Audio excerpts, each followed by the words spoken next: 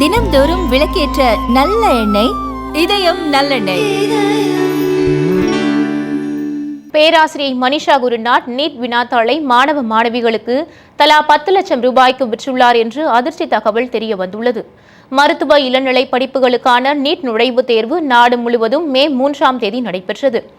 22 லட்சம் மாணவ மாணவிகள் இந்த தேர்வை எழுதினர். தேர்வுக்கு முன்பாக வினாத்தாள் கசிந்திருப்பது உறுதி செய்யப்பட்டதால் தேர்வு ரத்து செய்யப்பட்டது. இது தொடர்பாக சிபிஐ தீவிர விசாரணை நடத்தி வருகிறது.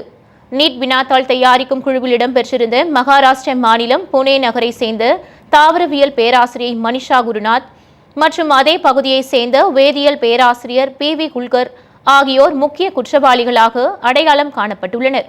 மனிஷா குருநாத் புனேவில் உள்ள மாடல் கல்லூரியில் பேராசிரியையாக பணியாற்றி வருகிறார். இந்த விவகாரம் தொடர்பாக கல்லூரியின் முதல்வர் நிவேதிதா கூறும்போது, கடந்த 6 ஆண்டுகளாக நீட் வினாத்தாள் தயாரிப்பு குழுவில் பேராசிரியை மனிஷா குருநாத் இடம்பெற்றுள்ளார். கல்லூரியில் அவர் மீது எந்த புகாரும் எழவில்லை. அவர் வினாத்தாளை விற்றதாக கூறப்படுவது மிகுந்த அதிர்ச்சி அளிக்கிறது என்றார். புனே நகரின் கட்ராஜ் பகுதியில் உள்ள சொகுசு அடுக்குமாடி குடியிருப்பில் பேராசிரியை மனிஷா வகிக்கிறார். நீட் வினாத்தாள் தயாரிப்பு குழுவில் இடம்பெற்ற அவர் எந்த ஒரு பயிற்சி மையத்துடனும் தொடர்பில் இருக்கக்கூடாது. மேலும் நீட் பயிற்சி வகுப்பு நடத்தக்கூடாது என்பது விதிமுறை. ஆனால் மனிஷா தன் வீட்டில் ரகசியமாக நீட் பயிற்சி வகுப்புகளை நடத்தி வந்துள்ளார். தன்னிடம் படித்த மாணவ மாணவிகளிடம் தலா 2 லட்சம் ரூபாய் முதல் 10 லட்சம் ரூபாய் வரை பணம் வாங்கிக் கொண்டு நீட் வினாத்தாளை விற்றதாக கூறப்படுகிறது. பல்வேறு மாநில முகவர்களுக்கும் தலா 32 லட்சம் ரூபாய் வரை நீட் வினாத்தாளை அவர் விற்பனை செய்துள்ளார். பேராசிரியை மனிஷா குருநாத் தான் வகிக்கும் அடுக்குமாடி குடியிருப்பில் 1 கோடி ரூபாயில் ஒரு புதிய வீடு வாங்கியுள்ளார். மேலும் தனது மகளை கடந்த ஆண்டு MBBS படிப்பில் சேர்த்துள்ளார் என்ற தகவல் தெரிய வந்துள்ளது.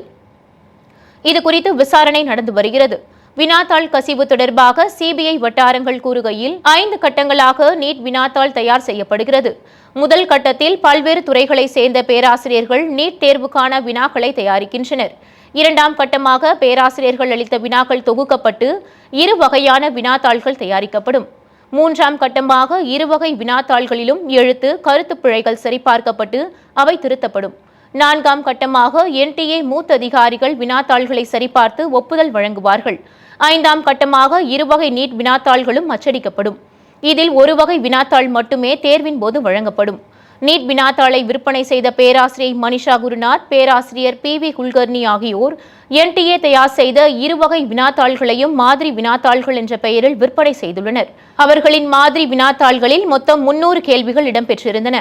இதில் 150 கேள்விகள் மே 3ஆம் தேதி நடத்தப்பட்ட நீட் நுழைவுத் தேர்வின் வினாத்தாள்களுடன் அப்படியே பொருந்தி போகின்றன. மீதமுள்ள 150 கேள்விகள் 2ஆம் வகை வினாத்தாளில் இடம்பெற்றுள்ளன. இது நன்கு திட்டமிடப்பட்ட மிகப்பெரிய மோசடி என்று சிபிஐ வட்டாரங்கள் தெரிவித்துள்ளன.